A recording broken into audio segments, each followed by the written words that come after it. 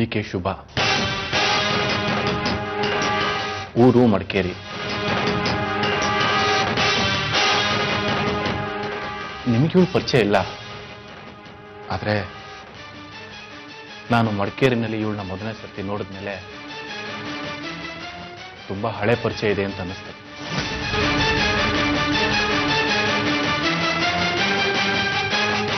ಹಳೆ ಪರಿಚಯ ಅಂದ್ರೆ ಎಷ್ಟೋ ವರ್ಷಗಳಿಂದ ನೋಡಿದ್ದೀನಿ ಅಂತಲ್ಲ, ಎಷ್ಟೋ ಜನ್ಮಗಳಿಂದ ನೋಡಿದ್ದೀನಿ ಅಂತ. ಜನ್ಮದ ಲೆಕ್ಕಾಚಾರ ಇವಾಗ ಯಾಕಾದಿ?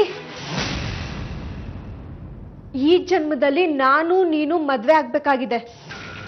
ನಿಜ, ಆದ್ರೆ ನಾನು ಶುಭಾನ ನೋಡಿದ್ಮೇಲೆ ನನ್ನ ಒಳಗಡೆ ಒಂಥರ ವಿಚಿತ್ರವಾದ ಆಕರ್ಷಣೆ ಶುರುವಾಗಿದೆ.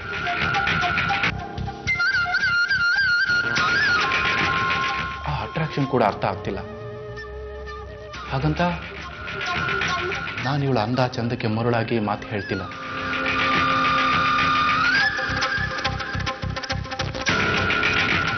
ನಾನು ಇಷ್ಟು ದಿವಸ ಹುಡುಕ್ತಾ ಇದ್ದ ಮುಖ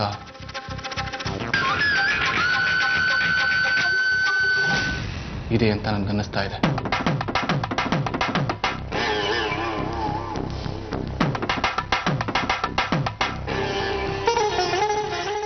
ಇದು ಸರಿನೋ ತಪ್ಪೋ ನನಗೆ ಗೊತ್ತಿಲ್ಲ.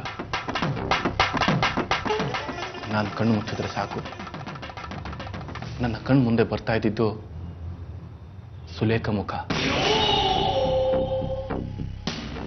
ಆದ್ರೆ ಈಗ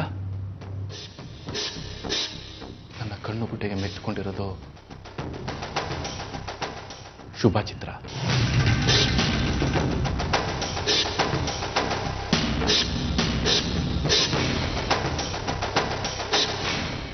ಸಾರಿ ಸುಲೇಖ,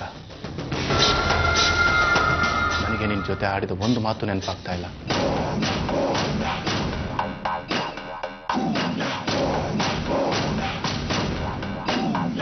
ನೀನು ಅಂದ್ರೆ ನನಗೆ ಇನ್ನೊಂದು ಹೆಣ್ಣು ಅಂತ ಅನಿಸಿದೆ ಹೊರತು ಹೆಂಡತಿ ಅಂತ ಅನಿಸ್ತಿಲ್ಲ.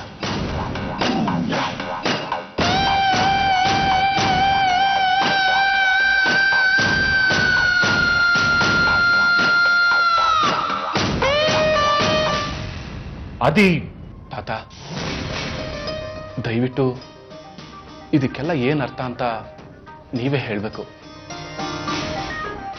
ಇದನ್ನೇ ಕಣೋ ವಿಧಿ ಅನ್ನೋದು.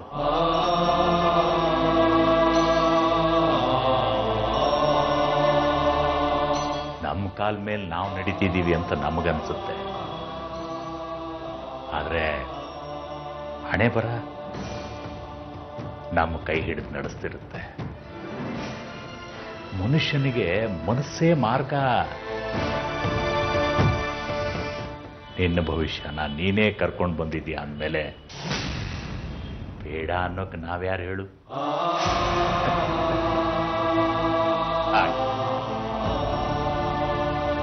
ಶುಭ ಜೊತೆನೆ ನಿನ್ನ ಮದುವೆ ಆಗ್ಲಿ.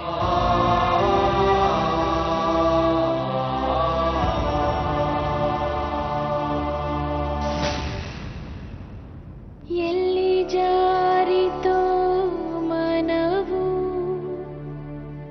ಎಲ್ಲಿ ಮೀರಿತೋ,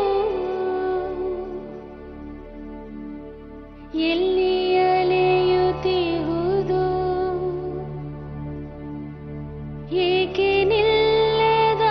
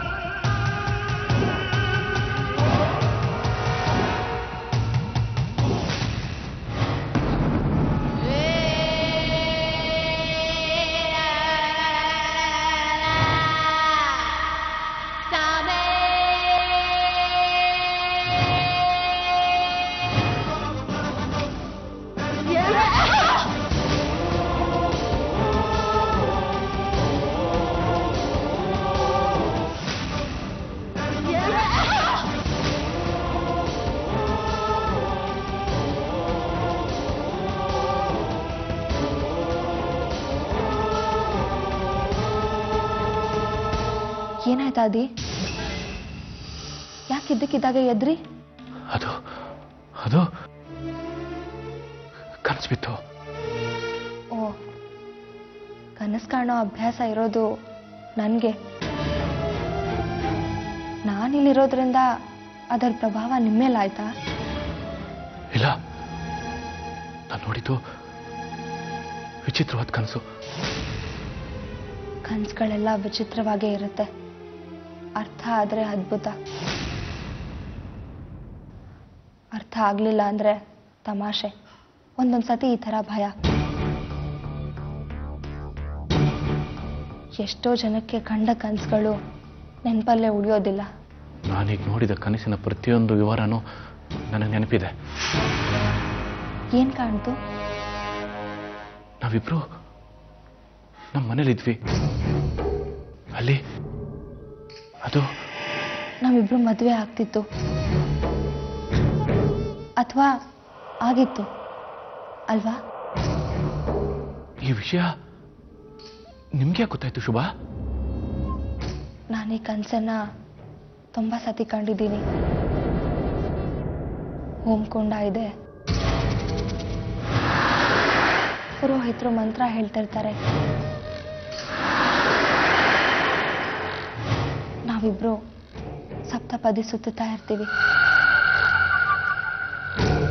ನನ್ನ ಸೆರಗಿನ ಗಂಟನ್ನ ಯಾರ್ದೋ ಶಲ್ಯಕ್ಕೆ ಗಂಟು ಹಾಕಿರ್ತಾರೆ. ಆ ಯಾರೋ ಬೇರೆ ಯಾರೂ ಅಲ್ಲ, ನೀವೇ ಆದಿ.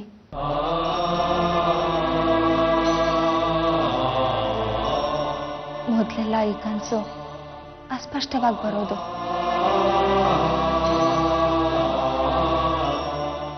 ಆಮೇಲೆ ಸ್ಪಷ್ಟ ಆಯಿತು. ಅದು ನನ್ನ ಮದುವೆ ಅನ್ನೋದು ಗೊತ್ತಾಯ್ತು. ಆದರೆ ಹುಡುಗನ ಮುಖ ಸರಿಯಾಗಿ ಕಾಣಿಸ್ತಿರ್ಲಿಲ್ಲ. ಅದು ಒಂದಿನ ಕ್ಲಿಯರ್ ಆಯಿತು. ಅದು ನಿಮ್ಮ ಎಂಗೇಜ್ಮೆಂಟ್ ಆಗಿದ್ದ ದಿವಸ. ನೀವು ಯಾರ್ದೋ ಬೆರಳಿಗೆ ಉಂಗುರ ತೊಡಿಸ್ತಿದ್ರಿ, ಮತ್ತು ಅದೇ ನನ್ನ ಮುಖ ಆಗಿತ್ತು. ಮತ್ತೆ ಬದಲಾಯಿತು. ಆದರೆ ಇದಕ್ಕೆಲ್ಲ ಏನು ಅರ್ಥ ಅಂತ ಮಾತ್ರ ಗೊತ್ತಾಗ್ಲಿಲ್ಲ. ಯಾರ ಹತ್ರನೂ ಹೇಳೋ ಧೈರ್ಯನೂ ಬರಲಿಲ್ಲ. ನಿಮ್ಮನ್ನು ನೋಡಿದ ತಕ್ಷಣ ಪರಿಚಯ ಇರೋ ಮುಖ ಅನ್ನಿಸ್ತು. ಕನಸಾದ್ಮೇಲೂ ನನ್ನ ಕಣ್ಣಲ್ಲಿದ್ದಿದ್ದ ಮುಖ ನಿಮ್ದೆ. ಅದೇ ಮುಖ ನೋಡ್ತಾ ದಾರಿಲಿ ಬರ್ತಿದ್ದೆ. ಎದುರುಗಡೆ ಬಂದಿದ್ದ ಗಾಡಿ ನಿಮ್ದೇ ಅಂತ ಗೊತ್ತಾಗ್ಲಿಲ್ಲ. ಇದನ್ನ ಮೊದಲೇ ಯಾಕೆ ನನ್ನ ಹತ್ರ ಹೇಳಿಲ್ಲ ನೀವು? ಹೇಗೆ ಹೇಳೋಕ್ ಸಾಧ್ಯ? ನನ್ನ ಮದುವೆ ಬೇರೆಯವ್ರ ಜೊತೆ ನಿಶ್ಚಯ ಆಗಿದೆ. ನಿಮ್ಮನ್ನ ಮದುವೆ ಆಗೋ ಹುಡುಗಿ ಬೆಂಗಳೂರಲ್ಲಿ ಕಾಯ್ತಾ ಇದ್ದಾಳೆ. ಮನ್ಸು ಕನಸು ನನ್ನನ್ನು ಕೈ ಹಿಡಿಯೋರು ನೀವೇ ಅಂದ್ರು ಅದು ಸಾಧ್ಯವಾಗ್ದಿರೋ ಮಾತಲ್ವಾ? ಈಗ ನೋಡಿ, ನನ್ನ ಮತ್ತೆ ರಮಾಕಾಂತ್ ಮದುವೆ ಮುರಿದು ಬಿದ್ದಿದೆ. ಬಲವಂತ ಮಾಡ್ತಿದ್ದ ಅಮ್ಮನೇ ಮಗಳನ್ನ ಬೀದಿಗೆ ತಳ್ಳಾಯ್ತು. ಈಗ ನಾನು ನಿಮ್ಮ ಜೊತೆ ಇದ್ದೀನಿ. ನಡಿಬೇಕಾಗಿದ್ದು ಇದೇ ಏನೋ, ಅಥವಾ ನಾನು ಇದನ್ನ ಬೇರೆ ರೀತಿ ಅರ್ಥ ಮಾಡ್ಕೋಬೇಕೋ ಏನೋ ಗೊತ್ತಾಗ್ತಿಲ್ಲ. ನನ್ನ ನಿಮ್ಮ ಕನಸಿನ ನಂಟು ಕೇವಲ ಕಗ್ಗಂಟು, ಬಿಡಿಸಲಾಗದ ಗಂಟು ಅಂತ ಅರ್ಥ. ಅದನ್ನೇ ಮಾಂಗಲ್ಯದ 3 ಗಂಟು ಅನ್ನೋದು. ಅದನ್ನೇ ಬಿಡಿಸಲಾಗದ ಬಂಧ ಅನ್ನೋದು. ಅದೇ ಶಾಶ್ವತ.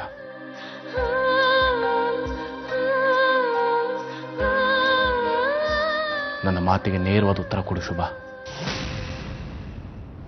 ನನ್ನನ್ನು ಮದುವೆ ಆಗ್ತೀಯಾ?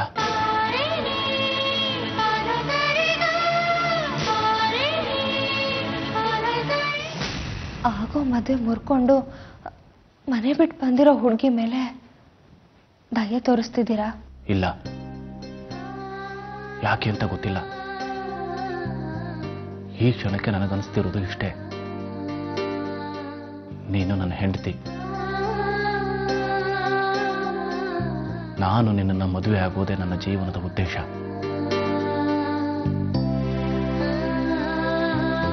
ನಿಂದು ಕನಸಿನ ಸೆಳ್ತಾ ಇರಬಹುದು, ಆದರೆ ನಂದು ಮನಸ್ಸಿನ ಸೆಳೆತ. ಅಷ್ಟೇ ಅಲ್ಲ, ಬದಲಾಗದೇ ಇರೋ ನಿರ್ಧಾರ. ದಯವಿಟ್ಟು ಏನೇನೋ ಹೇಳ್ಬೇಡಿ ಆದಿ. ನಿಮ್ಗೆ ಎಂಗೇಜ್ಮೆಂಟ್ ಆಗಿದೆ, ಮದುವೆಗೆ ಇನ್ನೂ 2 ದಿವಸ ಬಾಕಿ ಇರೋದು. ನಿಮ್ಮೂರಲ್ಲೆಲ್ಲರೂ ನಿಮ್ಗೋಸ್ಕರ ಕಾಯ್ತಿರ್ತಾರೆ. ಪ್ಲೀಸ್ ನನ್ನ ಬಗ್ಗೆ ನೀವು ಯೋಚನೆ ಮಾಡಬೇಡಿ. ನಿಮ್ಮ ಜೀವನನೇ ಬೇರೆ, ನಂದೇ ಬೇರೆ.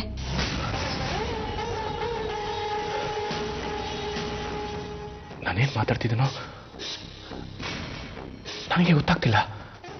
ಆದ್ರೆ ನಮ್ಮಿಬ್ರ ಮಧ್ಯೆ ನಡೆಯೋದು ಸಾಧ್ಯನೇ ಇಲ್ಲ ಅನ್ನೋದು ನನಗೆ ಗೊತ್ತಾಗ್ತಾ ಇದೆ. ಒಂದಂತೂ ಸತ್ಯ, ನನ್ನ ಕುತ್ತಿಗೆಗೆ ನೀವು ತಾಳಿ ಕಟ್ಟಬೇಕು ಅನ್ನೋ ಆಸೆ ಮಾತ್ರ ನನಗಿತ್ತು.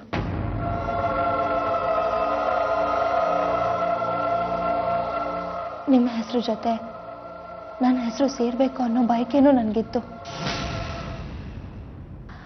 ಯಾಕಂದ್ರೆ ನಾನು ಕಾಣೋ ಕನಸುಗಳೆಲ್ಲ ಸತ್ಯ ಆಗುತ್ತೆ.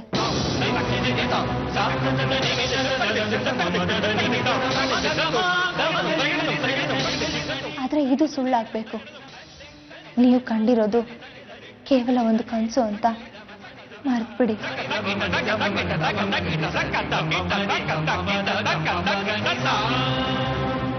ನನಗೆ ಕನಸುಗಳು ಬೀಳೋದಿಲ್ಲ, ಬಿತ್ತರೂ ನೆನಪಿರೋಲ್ಲ. ಈಗ ಮಲ್ಕೊಂಡು ಹೇಳ್ತೀನಿ, ಎದ್ದಾಗ ಮರ್ತಿದ್ರೆ ಹಳೆ ಜೀವನ, ಅಕಸ್ಮಾತ್ ಕನಸು ನೆನಪಿದ್ರೆ ಹೊಸ ಜೀವನ. ಸತ್ಯಕ್ಕೆ ತಾಕತ್ತೆ ಸುಳ್ಳಂತೆ ಸಂಭವ, ಹೃದಯಕ್ಕೆ ಪ್ರೀತಿನೇ ಮುಳ್ಳಂತೆ. ಸಾರಿ ಶುಭ, ಕನಸಿನ ಕೊನೆಯಲ್ಲಿ ಸುಲೇಖ ನಿನಗೆ ಚೂರಿ ಹಾಕಿದ್ದನ್ನು ಮಾತ್ರ ನನ್ನ ಕೈಲಿ ಹೇಳೋಕ್ಕಾಗ್ತಿಲ್ಲ. ಮರುಳ ಮಾನವ ಸಂಭವ, ಅಸಂಭವ ಅಸಂಭವ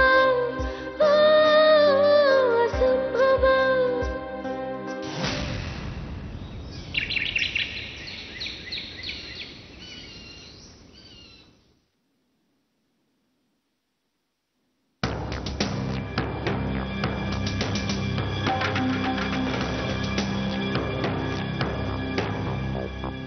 ಇದೇನೇ ಇದು? ಪ್ಲಾಸ್ಟರ್ ಹಾಕೊಂಡಿದ್ಯಾ? ಯಾವಾಗ ಗಾಯ ಮಾಡ್ಕೊಂಡೆ? ಹೋದ ಜನ್ಮದಲ್ಲಿ. ಏನು? ತಮಾಷೆ ಮಾಡ್ದೆ ಅಕ್ಕ, ಸಣ್ಣ ಸ್ಕ್ರಾಚ್ ಆಗಿದೆ ಬಿಡು. ಇಷ್ಟಕ್ಕೂ ಆದಿ ನನ್ನ ಹೃದಯದಲ್ಲಿ ಮಾಡಿರೋ ದೊಡ್ಡ ಗಾಯ ನಿಮ್ಗೆ ಯಾರಿಗೂ ಕಾಣಿಸ್ತಾನೆ ಇಲ್ವಲ್ಲ? ಪ್ರೀತಿನ ಯಾರಾದ್ರೂ ಗಾಯ ಅಂತಾರೇನೆ? ಅದು ವಾಸಿನೇ ಆಗದೆ ಇರೋ ಗಾಯ ಅಕ್ಕ. ಇವನೇ ನನ್ನ ಎಲ್ಲ ಜನ್ಮಕ್ಕೂ ನನ್ನ ಗಂಡ ಅಂತ ಆಗ್ಲೇ ಡಿಸೈಡ್ ಮಾಡ್ಕೊಂಡ್ಬಿಟ್ಟೆ. ಆಮೇಲೇನೆ ಚಾಟಿಂಗ್ ಮಾಡಿ ಅವನ್ನ ಬಲೆಗೆ ಬೀಳಿಸ್ಕೊಂಡ್ಬಿಟ್ಯಾ?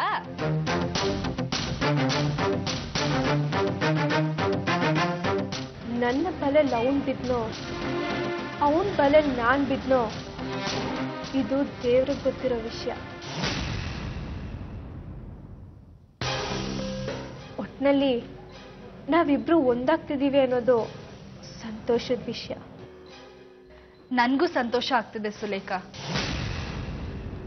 ಆದ್ರೆ ಮದ್ವೆ ಆದ್ಮೇಲೆ ನೀನು ಆದಿ ಬೇರೆ ಮನೆ ಮಾಡ್ಬೇಕು ಅನ್ಸುತ್ತೆ. ಯಾಕೆ?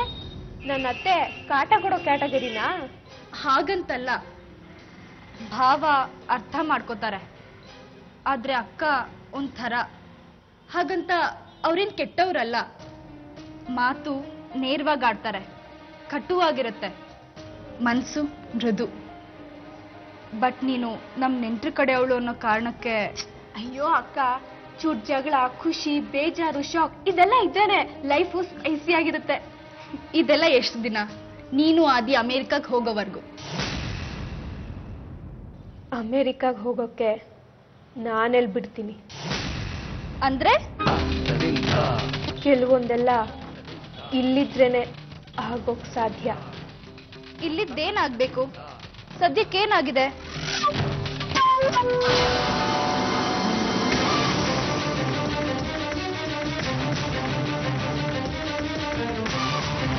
ಹೂ ಮಂತ್ರಾಕ್ಷತೆ ಇಟ್ಕೊಂಡು ಮಹಾಗಣಪತಿನ ಪ್ರಾರ್ಥನೆ ಮಾಡ್ಕೊಳ್ಳಿ.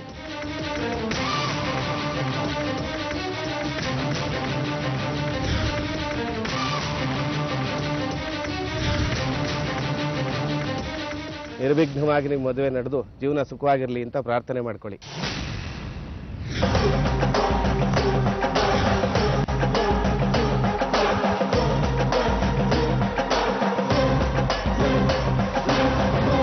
ಹೂವಿನ ಹಾರ ಬದಲಾಯಿಸ್ಕೊಳ್ಳಿ.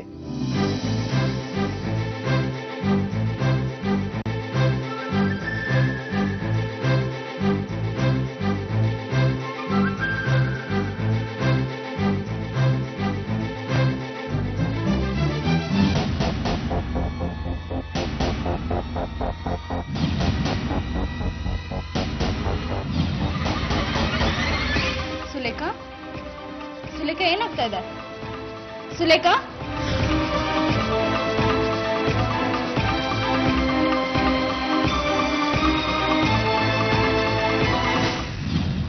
ಸುಲೇಖಾ ಏನಾಗ್ತಾ ಇದೆ? ನೋಡು, ಏನಾಗ್ತಾ ಇದೆ ನಿನ್ಗೆ? ಸತ್ಯಕ್ಕೆ ತಾಕತ್ತೆ ಸುಳ್ಳಂತೆ ಸಂಭವ, ಹೃದಯಕ್ಕೆ ಪ್ರೀತಿನೇ ಮುಳ್ಳಂತೆ ಸಂಭವ. ಸುಲೇಖಾ, ಸುಲೇಖಾ ಏನಾಗ್ತಾ ಇದೆ?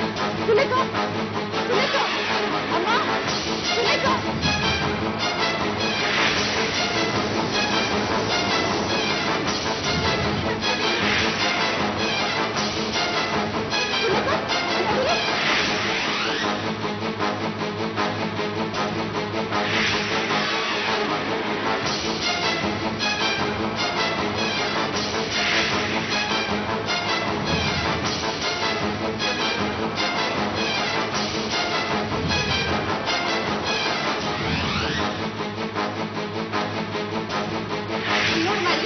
ನೋಡು,